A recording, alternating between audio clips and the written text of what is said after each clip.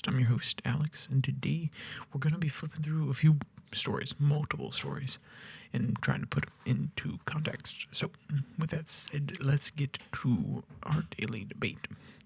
Do you think that we are in a time of more violence coming out of the last month?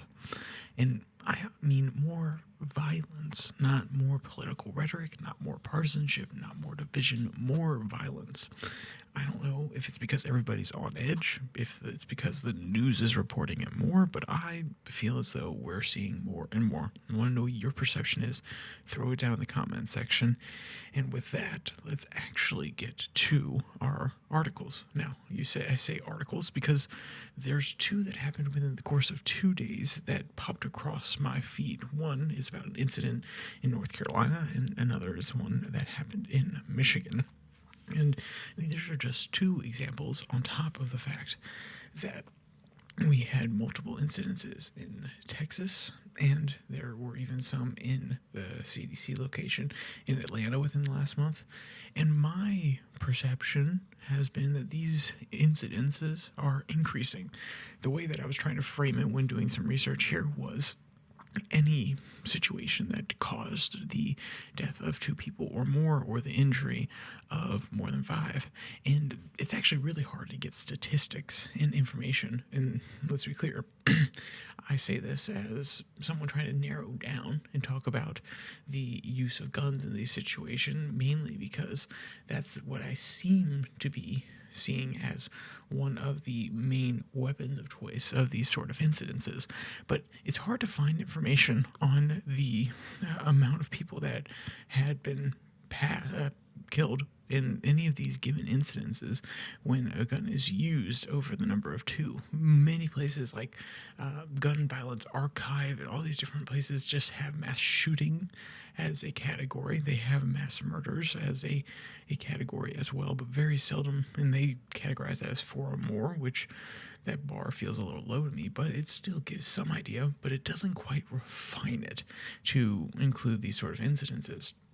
The example being the one in North Carolina that I was citing, it actually only had 3 people that were shot from a boat out in the middle of the water, and yet that wouldn't necessarily count as a mass murder. I think that term itself is overused and not necessarily effective. Why can't we simply use the math of people, the number of people injured, and go from there? Point being that it's really hard to find these statistics that are accurate. At one point when I was doing the math, it was coming out to about 300 people dying a week, and that didn't feel right to me. Double checked it. It was including just one-on-one homicides. It was including suicides in those metrics, which it's obviously going to when your initial your initial data that you're grabbing from is flawed, and that's on me. But even with that data in there, I understand that we're extrapolating here to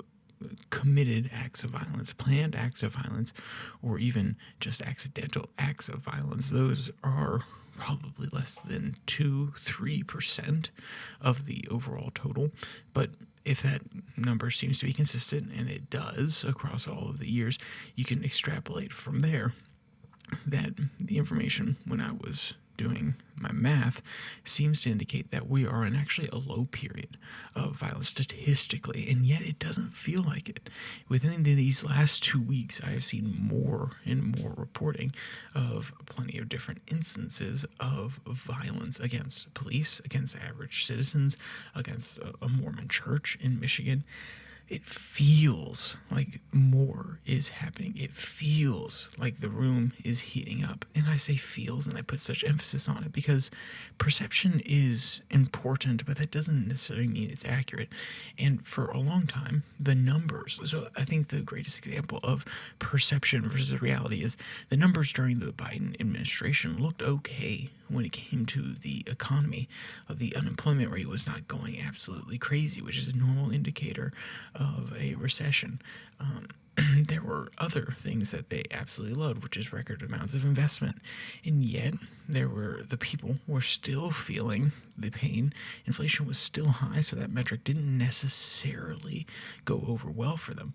But just because the metrics say something and they indicate something does not necessarily mean that people will feel that way. And when people don't feel that way, perception is king. Joe Biden got dropped out of office, and Kamala Harris, along with him, she lost the campaign because she didn't distance herself enough from Joe Biden. It's a multifactorial, of course. I'm not trying to attribute it to one thing, but I think it's a great case example of how people's perceptions, regardless of the facts that you put in front of their face, regardless of what I find when doing a breakdown, it's not going to change the way people perceive things, and perception is king. If people perceive it to be more violent, if they perceive the United States to be more unstable, that does not bode well for our social cohesion. More people are more likely to act out in that point.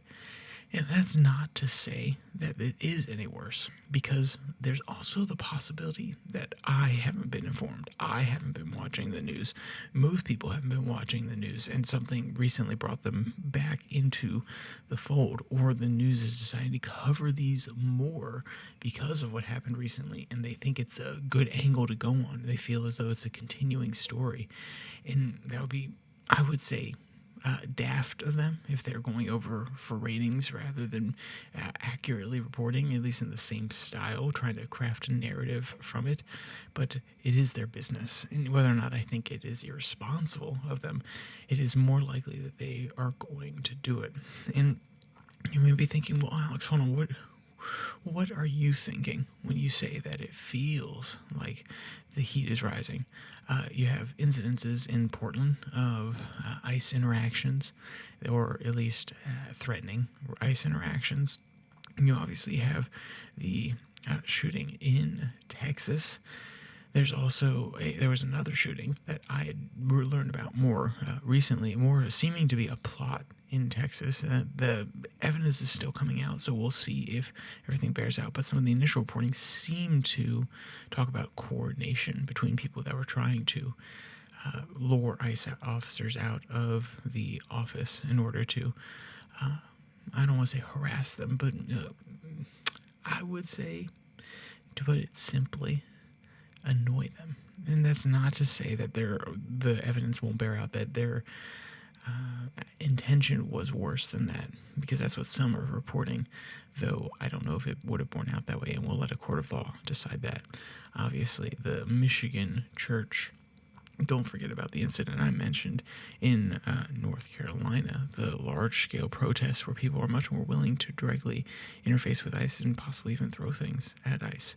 All of these are incidences of more violence and more direct back and forth between people that are likely to get hurt in any given situation. If you're going up against ICE and you seem to believe that you are in the right, or ICE believes that they're in the right, they seem to believe that they're in the right for moving you out of the way, and both of you have firearms, both of you have mechanisms to defend yourself, that is more than likely going to end badly if both parties do not have restraint. And God bless all the people that have restraint on both sides. All it takes is one incident.